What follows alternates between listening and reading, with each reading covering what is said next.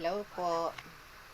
Meron po ako ditong 2 kilong kasaba na napiga ko na. Piniga ko lang ng bahagya. Gagawa po tayo ng pichi-pichi. Unahin na nating ilagay yung asukal. Ang takal po nito ay 2 cups.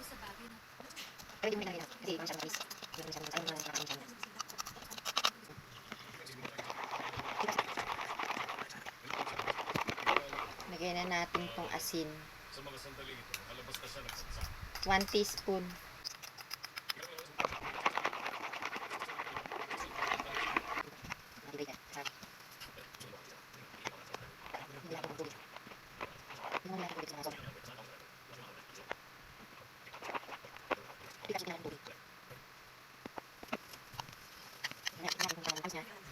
Kulang.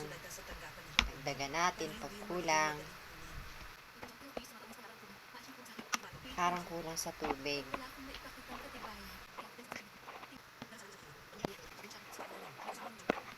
Dagdagan pa natin ng tubig, kulang. Parang maliit yung aking halo, 2 kilo kasi ng kasaba. Yung pinakasabaw. Tapos ito yung nasa ilalim. Sasama natin. Tunawin natin sa pinaka-liquid ng kasama. Ito yung pampalapot.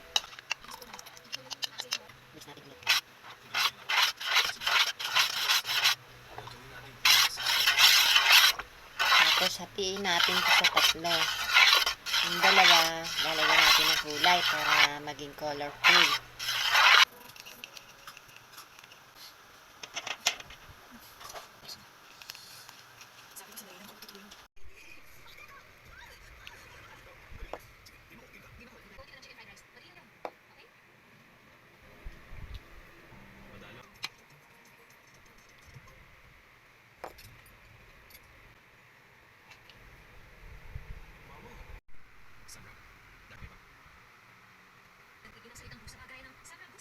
Para maganda ang color.